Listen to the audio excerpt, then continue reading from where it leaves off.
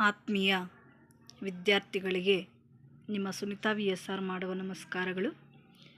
ವಿದ್ಯಾರ್ಥಿಗಳೇ, ದ್ವಿತೀಯ ಭಾಷೆ ಕನ್ನಡದ ಪಾರ್ಟ್ 1 ಟೆಕ್ಸ್ಟ್ ಬುಕ್ನ ಮೊದಲ ಗದ್ಯ ಭಾಗವಾದಂತಹ ಒಣಮರದ ಗಿಳಿ ಎಂಬ ಈ ಪಾಠದ ಒಂದು ಪೂರ್ಣ ನೋಟ್ಸನ್ನು ನಾವು ಈ ತರಗತಿಯಲ್ಲಿ ತಿಳಿಯೋಣ.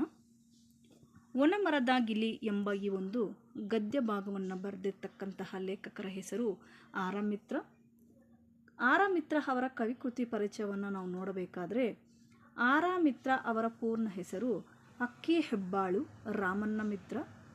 ಇವರು 1935ರಲ್ಲಿ ಮಂಡ್ಯ ಜಿಲ್ಲೆಯ ಅಕ್ಕಿ ಹೆಬ್ಬಾಳು ಎಂಬ ಗ್ರಾಮದಲ್ಲಿ ಜನಿಸಿದರು.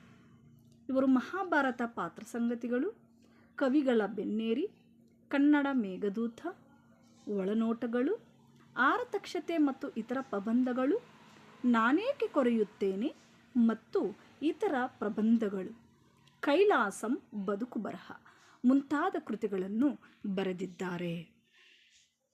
ಇವರಿಗೆ ಕಾವ್ಯಾನಂದ ಪುರಸ್ಕಾರ, ಗೋರೂರು ಸಾಹಿತ್ಯ ಪ್ರಶಸ್ತಿ, ನವರತ್ನಾರಾಮ್ ಪ್ರಶಸ್ತಿ, ವರ್ಧಮಾನ ಪ್ರಶಸ್ತಿಗಳು ದೊರೆತಿವೆ.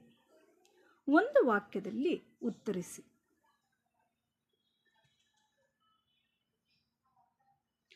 ಬೇಡನು ಪ್ರಾಣಿಗಳನ್ನು ಕೊಲ್ಲಲು ಮಾಡುತ್ತಿದ್ದ ಉಪಾಯವೇನು? ಉತ್ತರ: ಬೇಡನು ಪ್ರಾಣಿಗಳನ್ನು ಕೊಲ್ಲಲು ವಿಷ ಸವರಿದ ಬಾಣಗಳನ್ನು ಉಪಯೋಗಿಸುತ್ತಿದ್ದನು. ವಿಷದ ಬಾಣವು ಮರಕ್ಕೆ ಏಕೆ ತಗುಲಿತು? ಜಿಂಕೆಯು ಬಾಣದ ಗುರಿಯಿಂದ ತಪ್ಪಿಸಿಕೊಂಡಿದ್ದಕ್ಕೆ ವಿಷದ ಬಾಣವು ಮರಕ್ಕೆ ತಗುಲಿತು. ವಿಷದ ಬಾಣವು ಮರಕ್ಕೆ ತಗುಲಿದ್ದರಿಂದಾದ ಪರಿಣಾಮವೇನು? ವಿಷದ ಬಾಣವು ಮರಕ್ಕೆ ತಗುಲಿದ್ದರಿಂದ ಮರವು ಒಣಗಿ ನಿಂತಿತು. ಗಿಳಿಯನ್ನು ಕಂಡು ಇಂದ್ರನಿಗೆ ಆಶ್ಚರ್ಯವಾದದ್ದು ಏಕೆ? ಒಣಮರವನ್ನು ಬಿಟ್ಟು ಹೋಗದೆ ಅಲ್ಲಿಯೇ ವಾಸವಿದ್ದ ಗಿಳಿಯನ್ನು ಕಂಡು ಇಂದ್ರನಿಗೆ ಆಶ್ಚರ್ಯವಾಯಿತು. ಗಿಳಿಯ ಯಾವ ಗುಣವನ್ನು ಇಂದ್ರನು ಮೆಚ್ಚಿಕೊಂಡನು? ಗಿಳಿಯ ತತ್ವನಿಷ್ಠೆಯ ಗುಣವನ್ನು ಇಂದ್ರನು ಮೆಚ್ಚಿಕೊಂಡನು. 2-3 ವಾಕ್ಯಗಳಲ್ಲಿ ಉತ್ತರಿಸಿ. ಮರವನ್ನು ಬಿಟ್ಟು ಹೋಗದೆ ಇರಲು ಗಿಳಿಯು ನೀಡಿದ ಸಮರ್ಥನೆ ಏನು? ಹಲವಾರು ವರ್ಷಗಳಿಂದ ಈ ಮರವು ನನಗೆ ಆಶ್ರಯ ಕೊಟ್ಟಿದೆ, ಹಣ್ಣು ನೀಡಿದೆ, ತನ್ನ ಹಸಿರಿನಿಂದ ಮನಸ್ಸಿಗೆ ಮುದ ನೀಡಿದೆ, ನೆರಳು ನೀಡಿದೆ. ಆದರೆ ಈಗ ಮರಕ್ಕೆ ರೋಗ ಬಡತನಗಳು ಬಂದಿರುವ ಸಮಯದಲ್ಲಿ ಮರವನ್ನು ಬಿಟ್ಟು ಹೋಗಲಾರೆ ಎಂದು ಗಿಳಿಯು ಮರವನ್ನು ಬಿಟ್ಟು ಹೋಗದಿರಲು ಸಮರ್ಥನೆ ನೀಡಿತು. ಸಾಮಾನ್ಯವಾದ ಲೋಕವರ್ತನೆ ಯಾವುದು?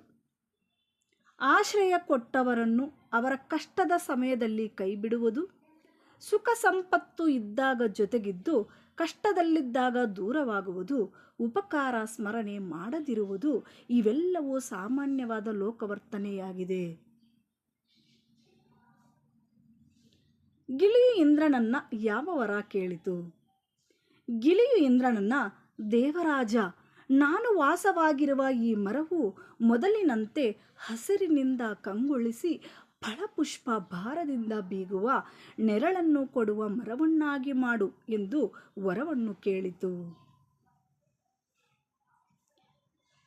ಇಂದ್ರನು ತನಗಾದ ಸಂತೋಷವನ್ನು ಯಾವ ರೀತಿ ಪ್ರಕಟಿಸಿದನು?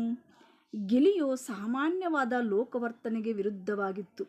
ಗಿಳಿಯ ತತ್ವನಿಷ್ಠೆಯ ಮನುಷ್ಯನ ಬದುಕಿಗೆ ಮಾದರಿ ಎನಿಸಿತು.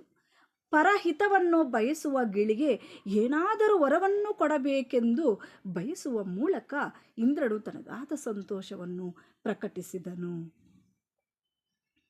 8-10 ವಾಕ್ಯದಲ್ಲಿ ಉತ್ತರಿಸಿ. ಗಿಳಿಯ ಪರಹಿತಕಾಂಕ್ಷಿ ಎನಿಸಿಕೊಂಡಿದ್ದು ಹೇಗೆ? ಗಿಳಿಯು ಮರವು ಒಣಗಿ ಹೋದರೂ ಅದನ್ನು ಬಿಟ್ಟು ಹೋಗಲಿಲ್ಲ. ಜೊತೆಯಲ್ಲಿ ಇದ್ದು ಒಳ್ಳೆಯ ದಿನ ಬರಲಿ ಎಂದು ಹಾರೈಸತೊಡಗಿತು. ಅದರ ತತ್ವನಿಷ್ಠೆಯನ್ನು ಮೆಚ್ಚಿಕೊಂಡ ಇಂದ್ರನು ಏನಾದರೂ ವರವನ್ನು ಕೇಳು ಎಂದಾಗ ಈ ಮರವು ಮೊದಲಿನಂತೆ ಹಸಿರಿನಿಂದ ನಳನಳಿಸುವ ಕಂಗೊಳಿಸುವ, ಫಳಪುಷ್ಪದಿಂದ ಭಾರದಿಂದ ಬೀಗುವ, ನೆರಳನ್ನು ಕೊಡುವ ಮರವನ್ನಾಗಿ ಮಾಡು ಎಂದು ಕೇಳಿತು. ನನಗೆ ಮರದ ಈಗಿನ ಅವಸ್ಥೆಯನ್ನು ನೋಡಲಾರೆ ಎಂದಿತು. ಗಿಳಿಯು ಬಯಸಿದ ಎಂಥ ಜನ್ಮವನ್ನು ಭೋಗವನ್ನು ಇಂದ್ರನು ಕೊಡಲು ಸಿದ್ಧನಿದ್ದ. ಆದರೆ ಗಿಳಿ ಕೇಳಿದ ವರವು ಸ್ವಾರ್ಥರಹಿತವಾಗಿತ್ತು. ಅದರ ನಡತೆ ಸಾಮಾನ್ಯ ಲೋಕವರ್ತನೆಗೆ ವಿರುದ್ಧವಿರುವುದರಿಂದ ಗಿಳಿ ಪರಹಿತಕಾಂಕ್ಷಿ ಎನಿಸಿಕೊಂಡಿದೆ.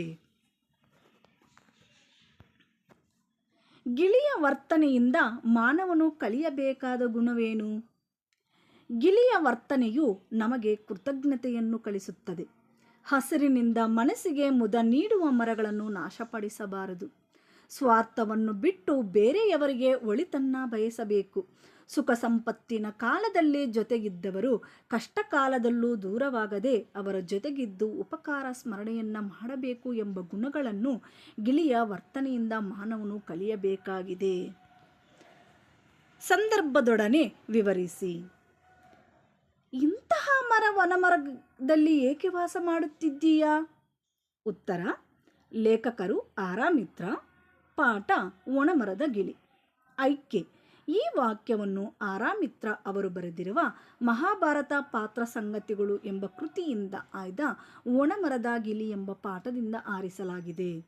ಸಂದರ್ಭ: ಈ ಮಾತನ್ನು ಇಂದ್ರನು ಗಿಳಿಗೆ ಹೇಳಿದನು. ಹಸಿರಿಲ್ಲದ ವನಮರದ ಮೇಲೆ ಗಿಳಿಯು ವಾಸವಾಗಿರುವುದನ್ನು ಕಂಡು ಇಂದ್ರನು ಆಶ್ಚರ್ಯಗೊಂಡಾಗ ಈ ಮಾತು ಬಂದಿದೆ. ಸ್ವಾರಸ್ಯ: ಗಿಳಿಯ ತತ್ವನಿಷ್ಠೆ ಮತ್ತು ಪರಹಿತಕಾಂಕ್ಷೆಯ ಗುಣ ಈ ವಾಕ್ಯದ ಸ್ವಾರಸ್ಯವಾಗಿದೆ.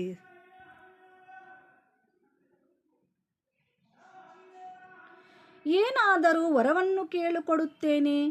ಲೇಖಕರು ಆರಾಮಿತ್ರ, ಪಾಠ ಒಣಮರದ ಗಿಳಿ. ಆಯ್ಕೆ: ಈ ವಾಕ್ಯವನ್ನು ಆರಾಮಿತ್ರ ಅವರು ಬರೆದಿರುವ ಮಹಾಭಾರತ ಪಾತ್ರ ಸಂಗತಿಗಳು ಎಂಬ ಕೃತಿಯಿಂದ ಆಯ್ದ ಒಣಮರದ ಗಿಳಿ ಎಂಬ ಪಾಠದಿಂದ ಆರಿಸಲಾಗಿದೆ. ಸಂದರ್ಭ: ಈ ಮಾತನ್ನು ಇಂದ್ರನು ಗಿಳಿಗೆ ಹೇಳಿದನು.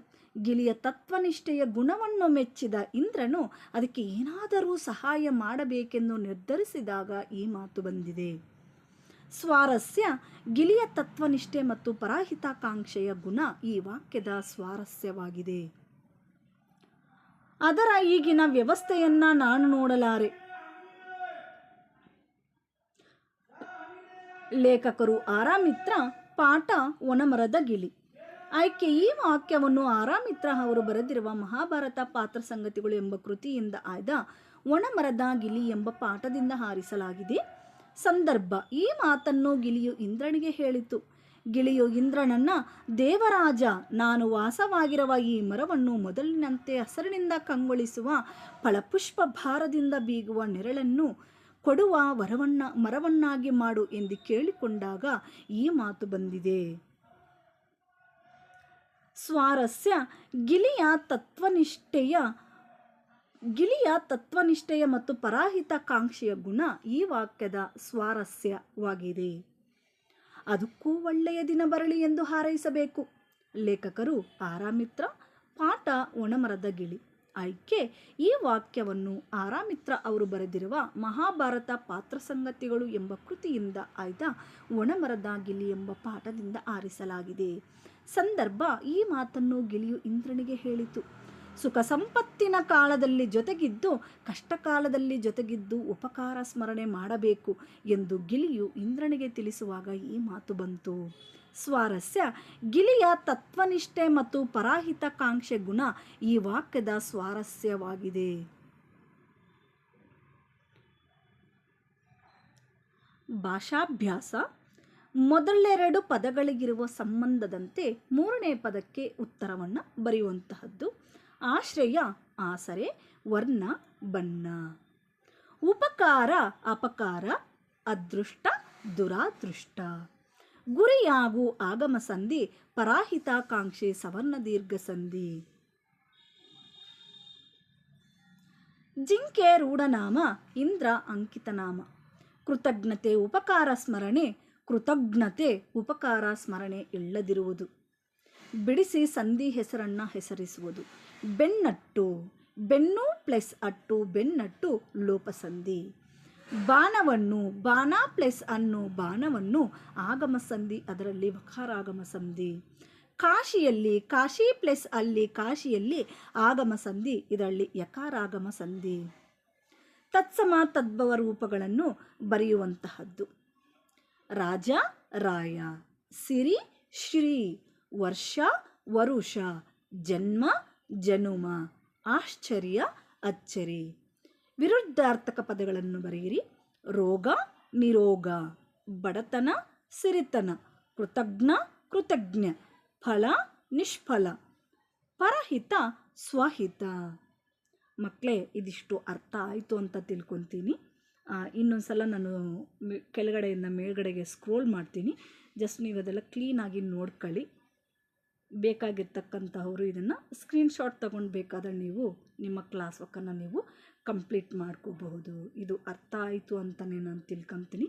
ಇದರಲ್ಲಿ ಏನಾದರೂ ಒಂದು ಸ್ವಲ್ಪ ಸ್ಪೆಲ್ಲಿಂಗ್ ಮಿಸ್ಟೇಕ್ಸ್ ಏನಿದ್ರು ಆ ಥರ ಏನೇ ಇದ್ದರೂ ದಯವಿಟ್ಟು ಕ್ಷಮೆ ಇರಲಿ. ನೀವು 10ನೇ ತರಗತಿಯ ಮಕ್ಕಳು ಆಗಿರೋವಂಥ ಕಾರಣ ಮೇ ಬಿ ನಾನು ಏನಾದರೂ ಎಲ್ಲಾದರೂ ಒಂದು ಸ್ವಲ್ಪ ಗ್ರಾಮರ್ ಏನಾದರೂ ಮಿಸ್ಟೇಕ್ ಮಾಡಿದರೂ ದಯವಿಟ್ಟು ಒಂದು ಕ್ಷಮೆಯನ್ನು ಇಟ್ಕೊಂಡು ಅದನ್ನು ಸರಿಪಡಿಸ್ಕೊಳ್ಳಿ. ನನಗೆ ತಿಳಿದು ಎಲ್ಲೂ ಆ ಥರ ಇಲ್ಲ ಅಂತಲೇ ನಾನು ಅಂದ್ಕೊತೀನಿ. ಸಪೋಸ್ ಇದ್ದರೂ ಕೂಡ ನೀವು ಅರ್ಥ ಮಾಡ್ಕೊತೀರಾ ಅಂತಲೇ ಅಂದ್ಕೊತೀನಿ. ಧನ್ಯವಾದಗಳು ಮಕ್ಕಳೇ.